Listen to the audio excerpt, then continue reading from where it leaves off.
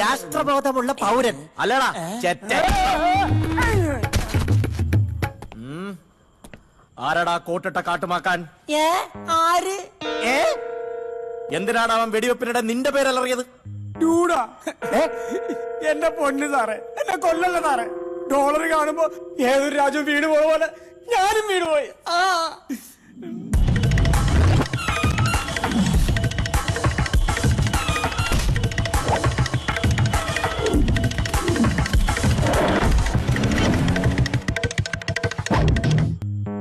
നിന്റെ ഡീൽ അറിയാവുന്ന ആരോ നിനക്കിട്ട് പണിഞ്ഞതാ.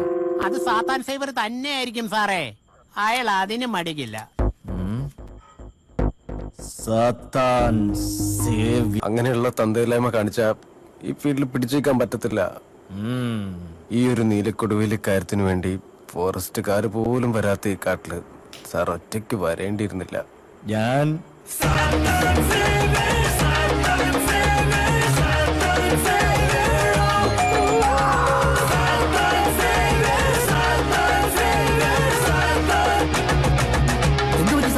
ആരും അങ്ങനെ ഷൈൻ ചെയ്യണ്ട. അവന്റെയൊക്കെ ഒരു കൊടുവേലി.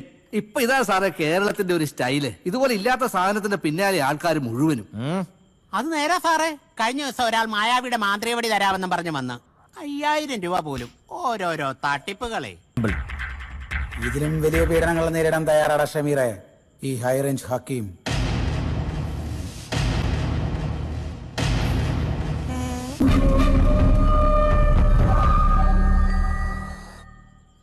സത്യമായിട്ട് ആശാൻ എങ്ങോട്ടാണ് പോയെന്ന് എനിക്കറിയില്ല സാറ്.